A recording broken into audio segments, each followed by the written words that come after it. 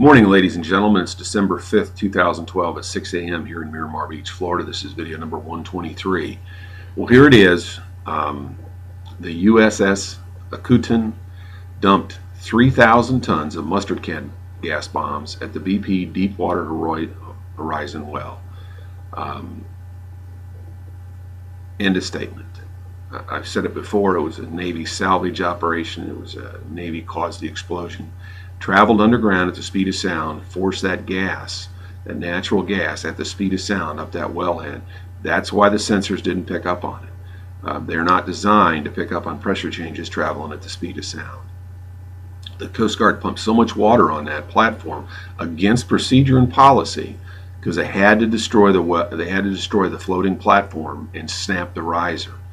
All right, they had to have the oil spill because of the mustard gas and the other chemical warfare contaminants that were there to bring in correction.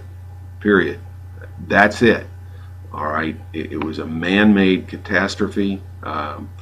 It could have been accidental. I mean, don't get me wrong. It was accidental what the Navy had done, but leaving those bombs in the water like that, to me, that's man-made. Now, if BP had their stuff together, the safety devices probably would have operated appropriately. But still, those gauges and their sensors couldn't pick up, natural gas, but they're not traveling at the speed of sound.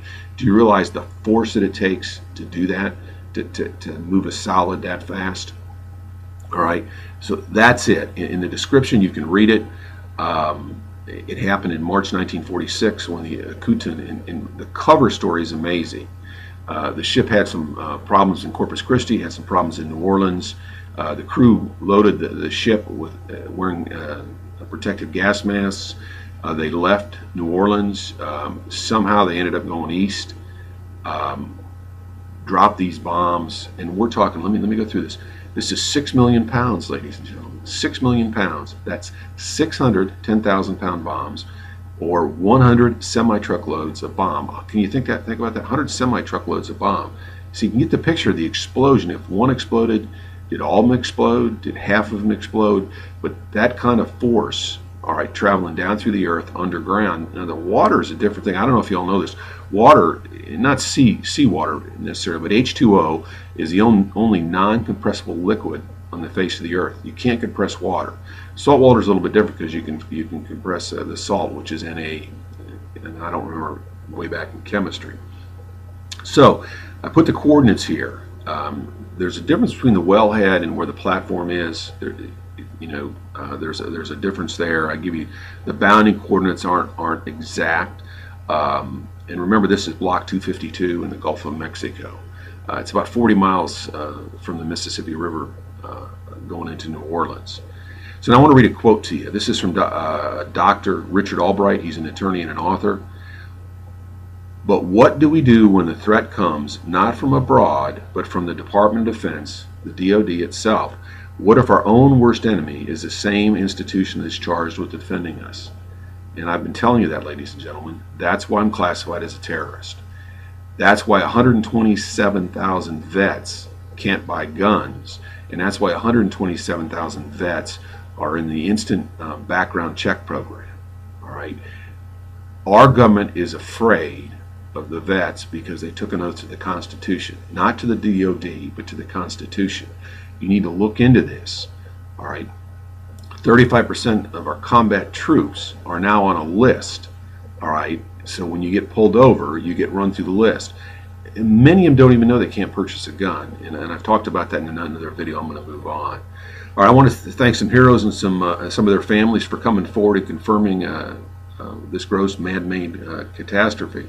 Out of the Navy and the Akutan, Stack, Morris, Pagnelio, Smith, Barkowski, Reed, Messler, Fredrickson, Woolley, Kobasic, Colony, an alias, Iron Mountain PGA, Brown, and my cousin Admiral John Christensen, President of the Naval War College, and my cousin, I said.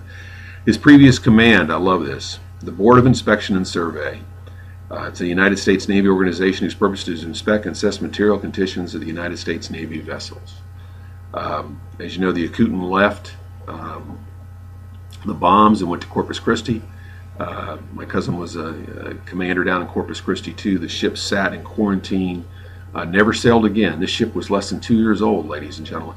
Out of the out of the 7 lesson class ships built, this was the one that was most state of the art. This was the best of the best. Never sailed again. Pulled into harbor, stayed there for 30 or 40 years, and then was sold for scrap once they declared that it was safe and no longer a bio threat.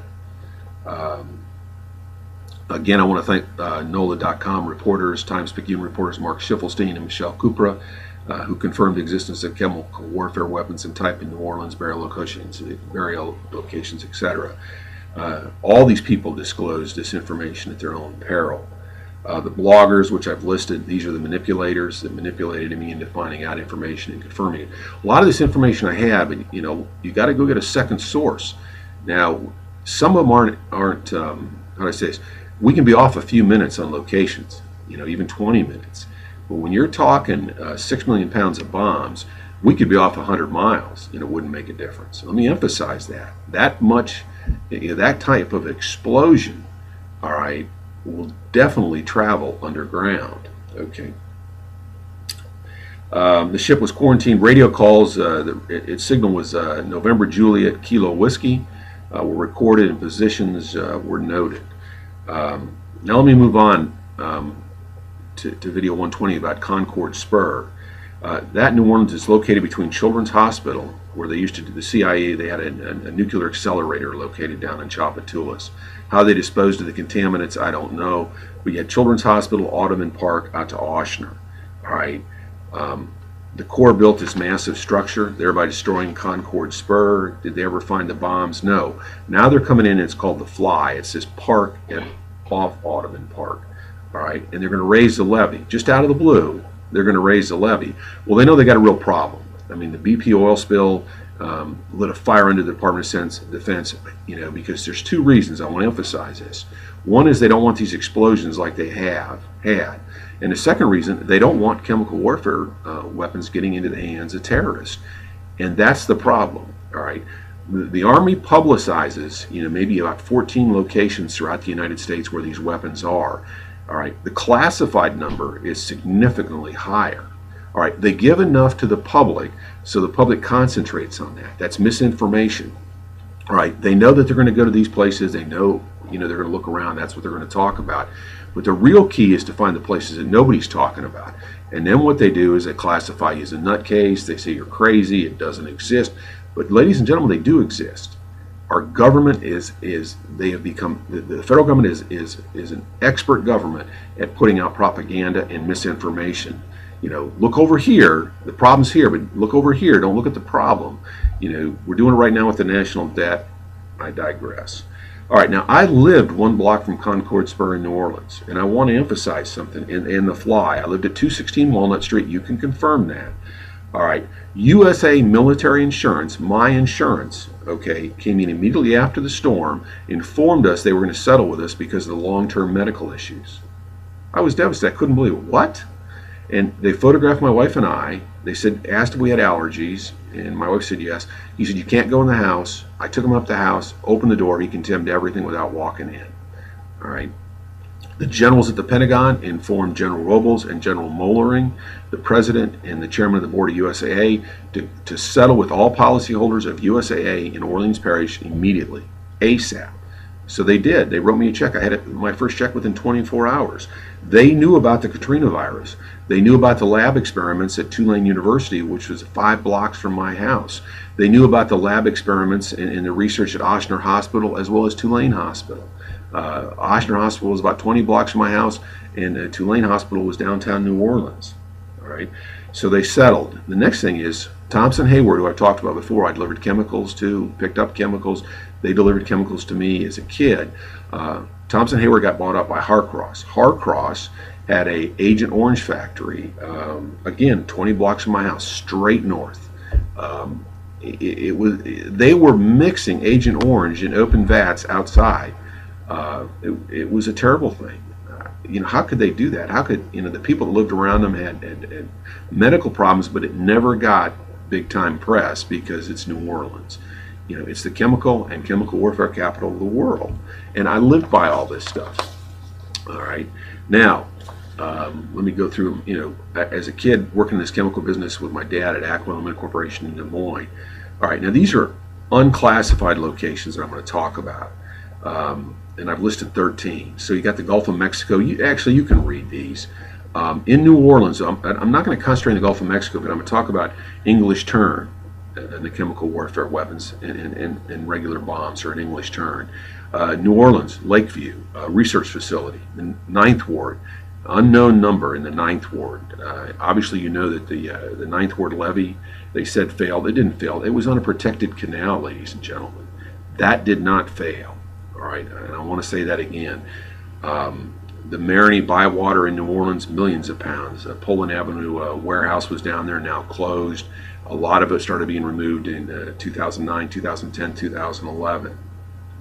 The Mississippi Gulf Outlet Canal, ships and barges were used to store. They were in terrible condition. They were towed after the storm. Some were towed before the storm. The Industrial Canal and the Danziger Bridge. Study up in the civil rights case of the Danziger Bridge. The military was there, ladies and gentlemen. This is the epicenter of chemical warfare contaminants, storage, research, laboratories, etc. If you did an aerial view of it, look down at the Danziger Bridge, and within 2 miles of that, our nation's chemical warfare, that is the epicenter. Tulane University, Tulane Hospital, 5 blocks from my house. Ochsner was about 20 blocks. Take a look at it. All right, the Navy, either inadvertently on the salvage operation, the bomb went off. I don't care how you talk about or classify it. In this whole catastrophe was a bomb exploded due to negligence. All right, it should have never been in the Gulf. It should have been recovered. Recovered them that day. All right, sent pressure underground up that riser. All right, end of statement. All right, Godspeed.